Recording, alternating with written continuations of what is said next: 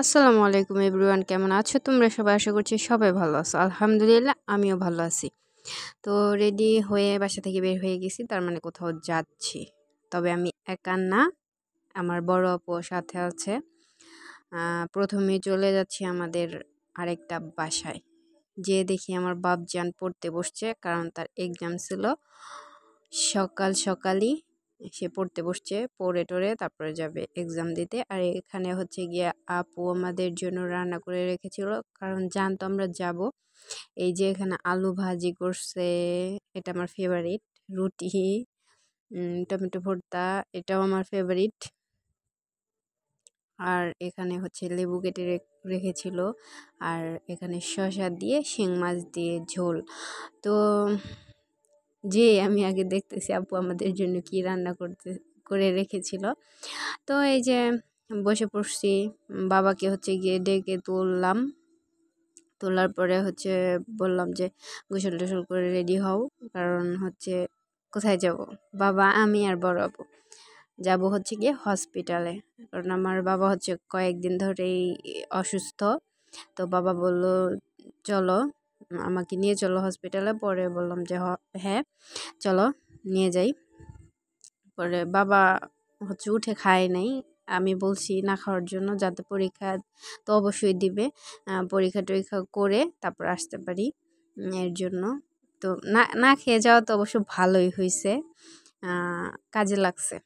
তো এই যে বরাবরের মতো এলাকা থেকে বের হয়ে চলে আসছি মেন রোডে। এই যে বলো তো আমি কোন এলাকার মেয়ে? যারা কে চিনো তারা বলতে পারবা। তো এই যে অর্ধেক রাস্তায় চলে গেছিলাম। যাওয়ার সময় আমি ভিডিও করতে করতে গেছি মোটামুটি, একটু একটু ভিডিও করছি। তখন মন ভালো ছিল না, বাট এখন ভালো আছে। কয়েকদিন আগে নিয়ে গেছিলাম বাবাকে। তো আসার সময় এত ক্লান্ত ছিলাম, আমি এত ক্লান্ত ছিলাম বলার মতো না।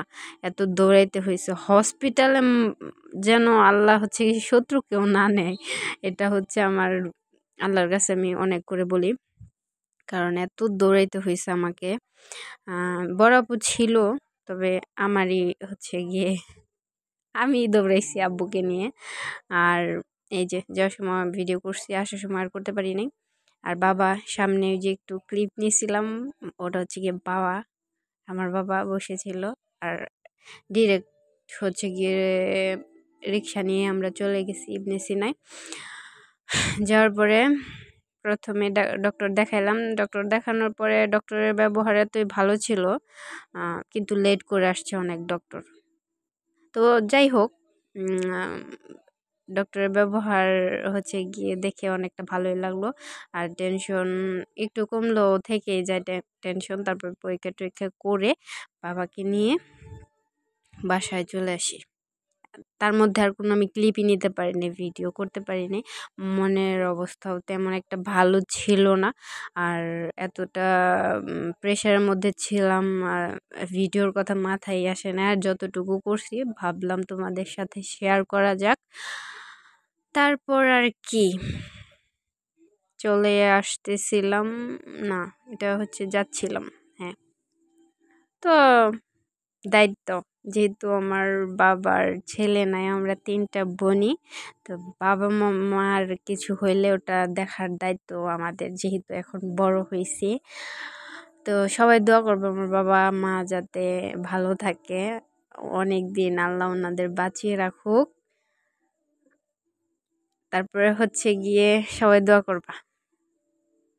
তো এই যে আসার পথেও অনেকটা আসার পরে এই যে ভিডিও একটু নিয়েছিলাম আসার পথে। হসপিটালের মধ্যে আর কোনো ভিডিও করিনি আমি। এই যে আমার বাবা বসে আছে। তো আসার পথে হচ্ছে বাবা আমাদের জন্য তরমুজ কিনছে, তারপরে মালটা কিনছিল, আর হয়তো বা কলা কিনছিল। আর তরমুজটা এত মজার ছিল, এত মজার ছিল বলার মতো না, বলার অনেক মিষ্টি, অনেক মিষ্টি।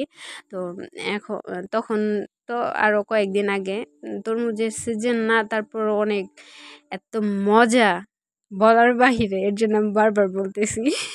এই যে কলা, নিয়ে চলে আসছি। আর বাসায় আসার পরে সকালেও আমি ভাত খেয়ে যাইনি, ওখানেও আপু রান্না করছে তাও খেয়ে যাইনি, কিছুই খাইনি, ভালো লাগতেছিল না। এত সকাল সকাল আমি কিছু খাইতেও পারি না। তারপরে বাসায় আসার পর মনে হচ্ছিল কি করি কি করি। যাই হোক, টমেটো ছিল ফ্রিজে, পরে টমেটো ভর্তা তো আমার অনেক ফেভারিট।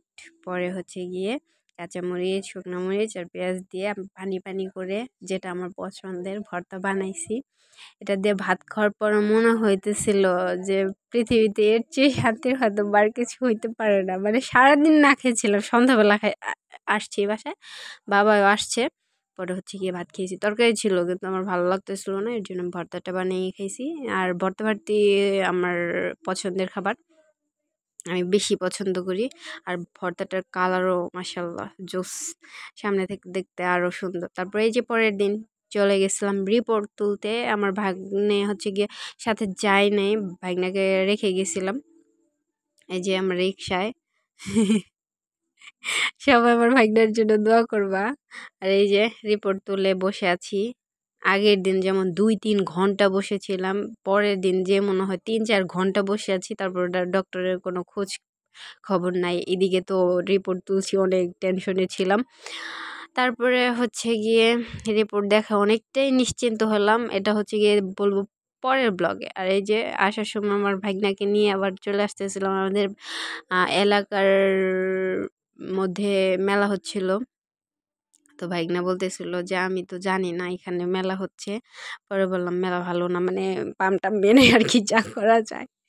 এই যে ওর মাও বসে আছে, আমিও বসে আছি। ভাইগনা আমাকে এমনভাবে জড়ায় ধরে রাখছে, ওই দেখো আমার গলার ওই দিক দিয়ে হাত, মানে যাতে আমি পড়ে না যাই, এতটা কেয়ার আমার প্রতি নিতেছিল। কিন্তু ওরা আম্মুকে আর কি তেমন একটা পাত্তা দিতেছিল না, যা হয় আর কি সবসময়। আজকের ভিডিওটি এই পর্যন্তই।